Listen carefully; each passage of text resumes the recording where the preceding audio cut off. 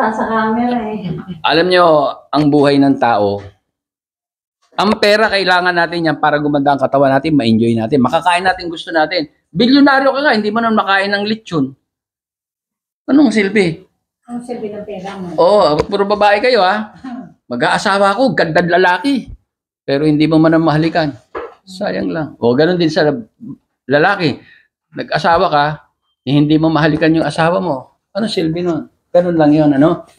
Eto ba, kaya ayusin natin. O, tingnan nyo, yung buhay ko, linggo-linggo.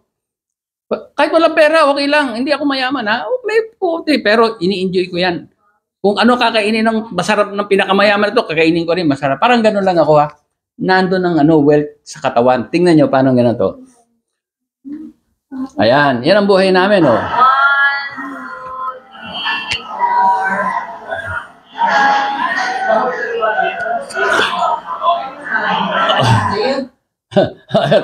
Balik. Ayan. Kaya lang may magnet ako, nakita nyo? Ito yung magnet, oh. Mahirap na eh. Nalaman niya na yung, nalaman niya na yung sikreto.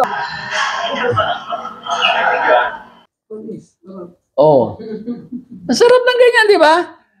Kahit konti yung pera mo, at least na-enjoy mo, di ba? Linggo-linggo, yan ang ano namin. Yan pa, isang yupsal, puro karne yan. Misis ko, anak ko, ayan hindi na nakita yung magnet. Misis ko, paano kami kumain? Puro karne yan, ayan, ito naman, iba naman to. Di ba masarap? Kasama mo, pamilya mo nakakain. Hindi, misis ko, ha? Ayaw niya ba yan? Si Etang, Marieta. Trixie. Erickson.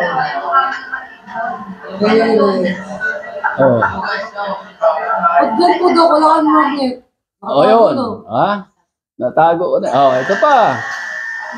Palaging kasama si Marieta. Bit-bit. Panalo.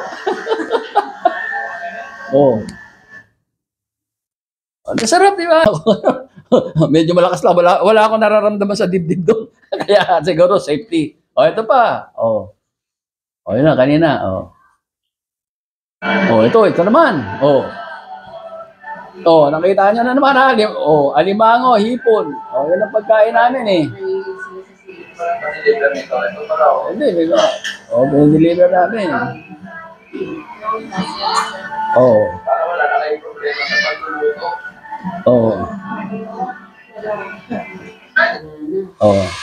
Yan na yung kotse. Yan na yung anak ko. Diya. So, naintindihan niya. Gusto ko, kung ano yung basta rito, magagawa niya yan, pero dadaan muna kayo sa procedure ng Abiso Wellness. Parang university. Abiso Wellness is a health university. Kailangan graduate kayo, pag-aralan nyo paano gagawin, and then pwede na kayong kumain ng ano. Ha? Naintindihan nyo? Pag nagpumunta kayo sa university, libre ba? Libre? Hindi. Kaya gagastos kayo ng oras at pera. May budget. Pero nga rito, hindi naman kami gano'n sumisingil. 3.5 nga lang tapos 2.5 Ang problema nyo, masakit ito. Pero buong katawan, pati high blood, diabetes, kasama naming tinitherapy. Ha? Yan. Okay ba sa inyo? Ganun talaga pag-aralan nyo. Ano na yan? Ang problema, okay na ako to, ganda ng dugo ko, lahat. Wala kayong pera. Yun, problemahin mo, maghanap buhay mo. Kasi mahirap naman, pag bili mo ng masarap na pagkain, bukas wala ka ng pansaing.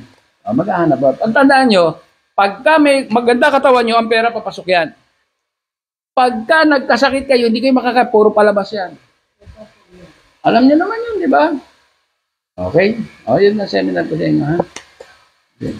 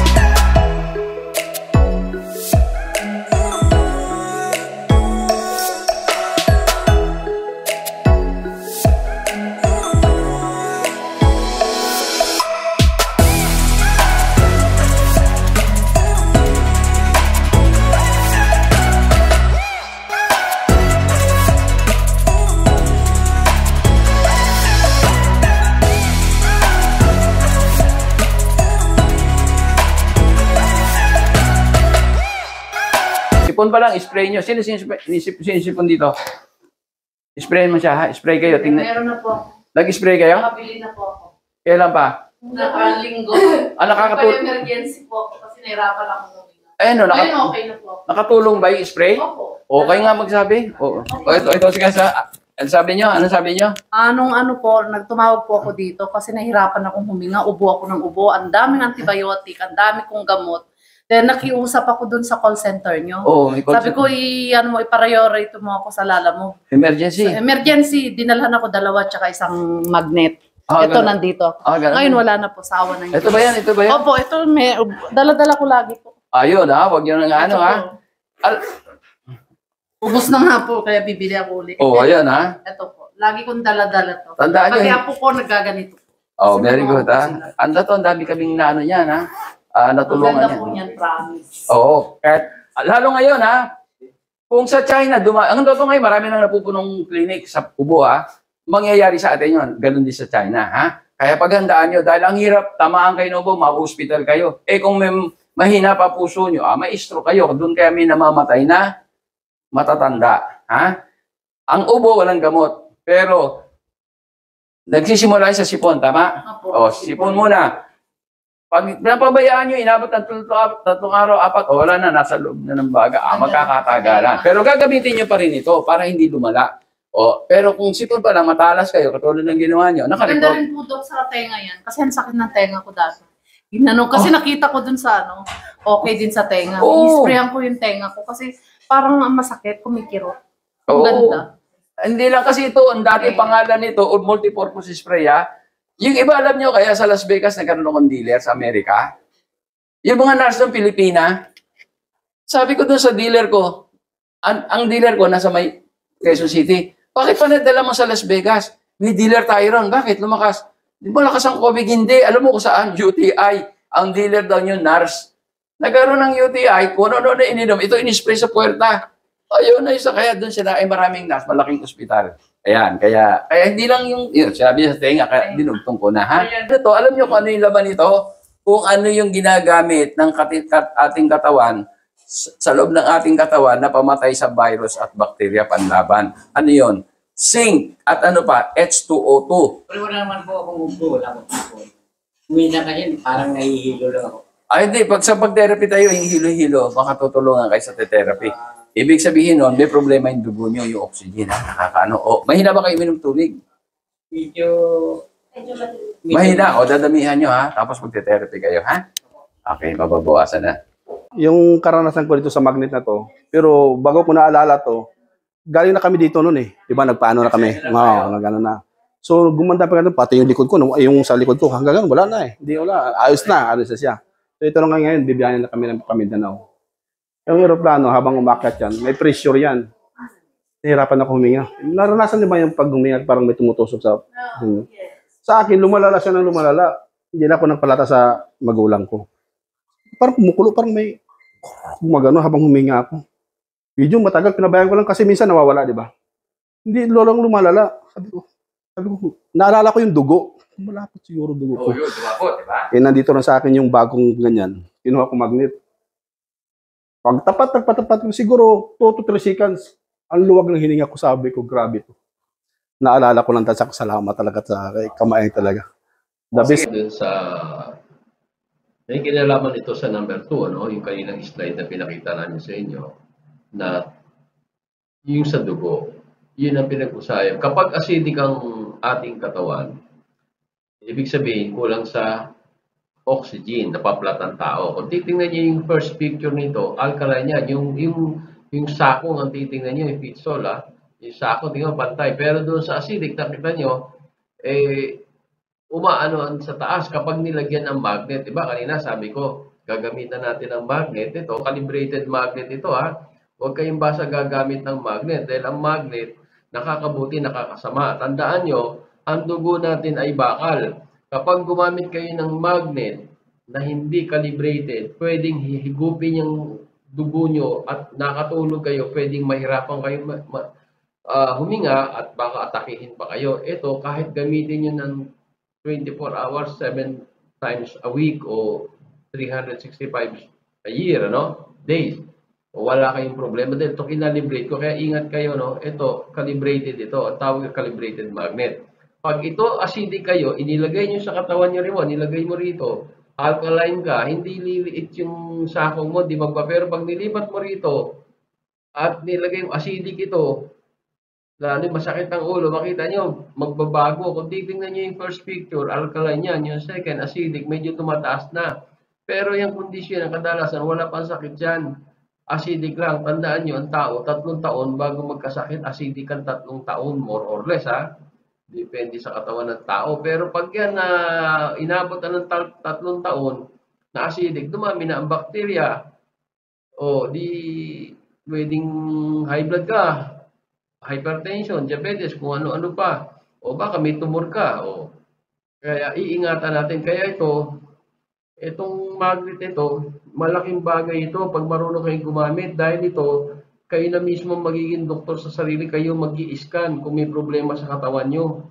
Dahil pag ito inalagay nyo kung saan ang acidic ng katawan nyo, ay madidetect, iikli kayo. Kung hindi naman kayo umikli, pantay ang nyo, sakong nyo, alkaline yun. Kung anong gagawin nyo, pag nakita nyo acidic, nilagay mo dito acidic, mag-i-spray lang ito sa ulo. Mamaya, pakikita yung spray to, itong ano to. O, yung isa naman, nakita nyo, yung second picture, acidic, medyo miikli na yung maatras na yung sakong niya. O, wala pang sakit yan. Pero pag kami sakit na, katulad ito, may cancer itong paa na to, makita nyo, number 3rd picture, O, ayun, makita nyo, ganun ang makikita nyo sa mga susunod na slide. Ni-orient ko lang kayo para aware kayo na ganun ang kasi kayo gusto ko, kayong gagamit ng produkto ko, kayo mismo maging doktor sa sarili nyo, huwag kayong aasa sa akin dahil malayo tayo bago tayo magkita, di ba? Ano yung mukha niya, ha? Ayan yung may cervical cancer. Ano pangalan mo? Almira Castro. Almira Castro. O sige, tingnan natin, ha? Ando na yung tingnan natin. Ang tao umuurong kapag may sakit, lalo may cancer. Tingnan niyo yung paa. Di ba? Ito, pumasok ito, hinatak ito. Nakita nyo? Okay, ang gagawin natin, spray natin, kunin mo yung spray. Spray sa ulo, ha? Alisin mo na yung magnet. Okay. Tingnan natin, ha? Kung magre-response yan, ha? Pero pagka nagaganyan ako, umuukay ang pakiramdam ko. Kaya may ganito pa. Importante yan, Yan, sige. Okay.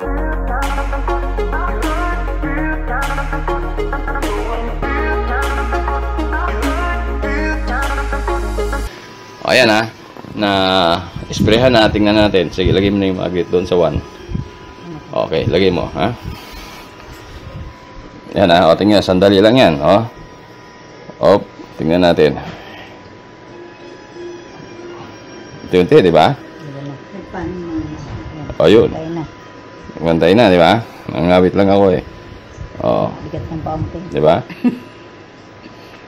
Yun ang sinasabi ko, ha? Kaya malaking pag-asa. Napansin natin na maikli doon sa area na yon, so acidic yon, lumapot ang dugo doon, maraming bacteria doon, walang oxygen doon, Doon tayong sariling doktora, kaya yung iba, lahat naman tayo may cancer, ang totoo kaya lang maliit lang yung iba. Katulad ko, wala naman akong tumor, di maliit pa, kasi nga yung doktor natin gumagana. Ang ginagawa niyan, anytime na nagdidikit-dikit, nag-acidic, malakas ang doktor ko, iwa-hiwalay niya para dumalo yung dugo, nutrients, oxygen, matanggal yung basura.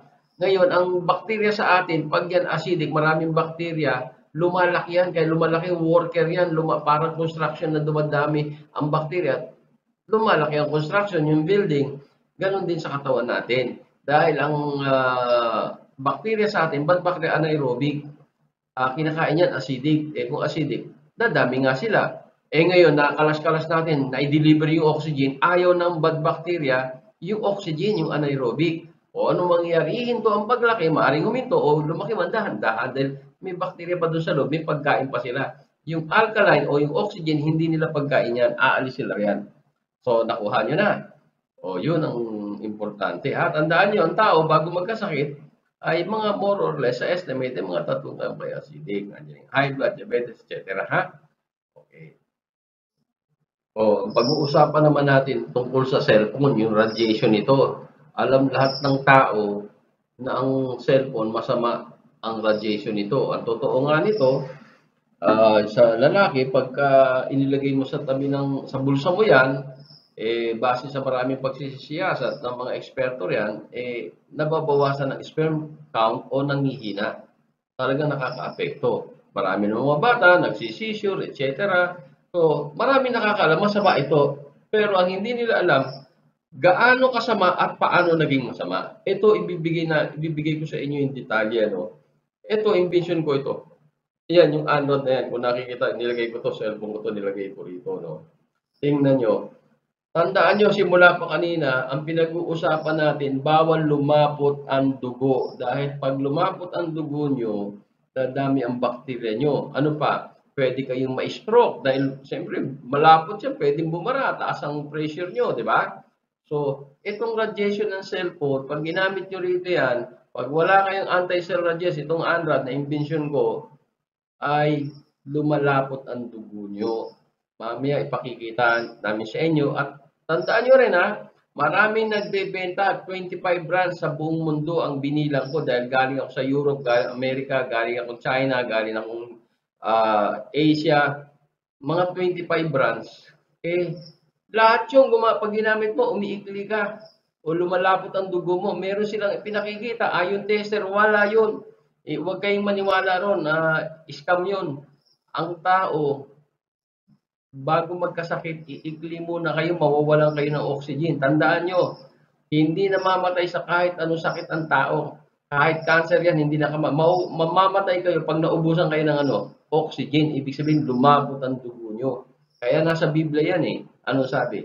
Ang lahat ng nilalang, ang buhay ay nasa dugo. Kaya ito, ipakikita ko sa inyo kung paano lumapot ito. At paglapot nito, hindi lang tayo apektado matatanda. Tayong matatanda, kadalasan acidic tayo. Pero maging yung bata na alkaline na, apektado nito. Ipakikita ko sa inyo yung video mamaya pagkatapos nito. Ang tao na i-stroke, hindi nila alam. Pag gumamit kayo, lumapot, para maaring sa ulo nyo yan, o kaya sa puso nyo, magkakaroon kayo ng ischemic stroke, o kaya ischemic heart attack. Babara yan hanggang sa pumutok yung ugat nyo, magiging hemorrhagic stroke na yan, o hemorrhagic heart attack na yan. Sige tandaan nyo ito, nagpapalapot ng dugo ito. Ano mangyayari para natin masabi lumalapot? Iikli kayo. Pantay, di ba? Tingnan mo to, pantay. Tingnan mo muna. Pantay. Di ba? Oo, pantay. Lagay mo yung cellphone. Ayun, Tawag ka na. Tira mo si Sige. cellphone. Ano nangyari? Ang bilis naman! Nakayari ka! Masano ka! Sobra to. Sobra ka, Lagay mo yung sticker. Lagay mo yung sticker. Lagay mo yung Sticker. sticker. Ayan, may sticker na. Ang ba? Tingnan mo.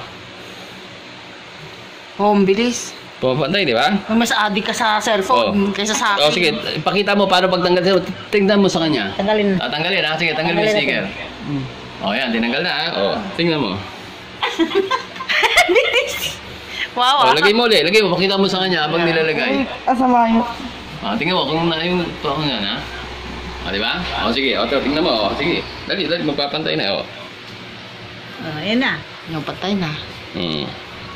Tanggalin mo ulit. Isa pa. Tanggalin. Isa na lang. Lagay mo ulit. Nakita mo, di ba?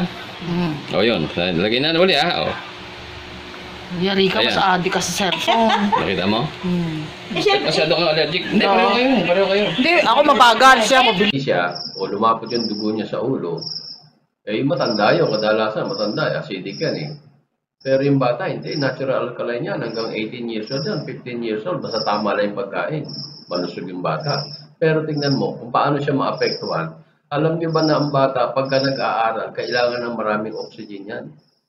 Pag gumamit yan, makita nyo, tingnan nyo, bumabagal ang pagkatuto ng na ihirapan matuto ang bata dahil nga kulang sa oxygen dahil gumamit ng cellphone. Bago pumasok sa eskwela, gamit ng cellphone. O nasa eskwelahan, gamit ng cellphone. O magre-review, ganun din. Sayang, mamaya ipakikita ko sa inyo kung ano ang yan, nasusunod na video na ito. Naman, di ba? Pantay siya, di ba? Pantay, di ba? Gamitin mo. Ito. Ayan. Okay, gamitin mo. Lagay sa tenga. Kunyari nakikipag-usap ka. Lagay mo sa tenga. Lagay mo kunyari nakikipag-usap ka. Lagay sa tenga. Tingnan nyo, Ano nangyari? Relax, relax. Relax, relax. Nakita nyo, di ba? Lumiit, oh. Tanggalin mo, tanggalin mo, tanggalin mo. Nakita nyo, lumiit, di ba? Oh, tanggalin mo. Bitawan mo dito. Bitawan mo. Oh.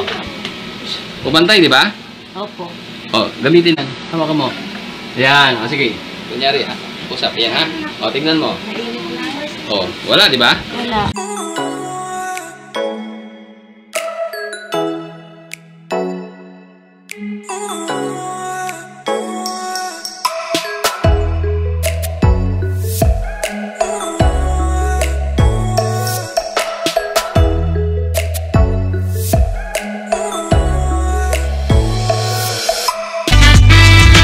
Ilang mga natatanging Pinoy sa bansa ginawaran ng pagkilala sa katatapos lang na Bravo Filipino Awards na ginanap sa Manila Hotel. Basta binigyang pagkilala yung Pinoy inventor na si Ismael Aviso Sr. bilang Inventor of the Year at kanyang anak na young entrepreneur na ginawaran ng Excellence in Business.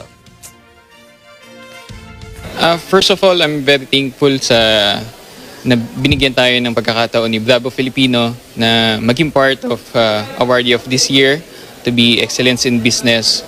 So I'm very happy na nakasali yung business namin dito. Nagpapasalamat ako maraming. Una sa Diyos, siyempre. Pangalawa, sa mga organizer nito, nakilala nila yan. Lalo-lalo na sa panahon ng pandemic. Ano?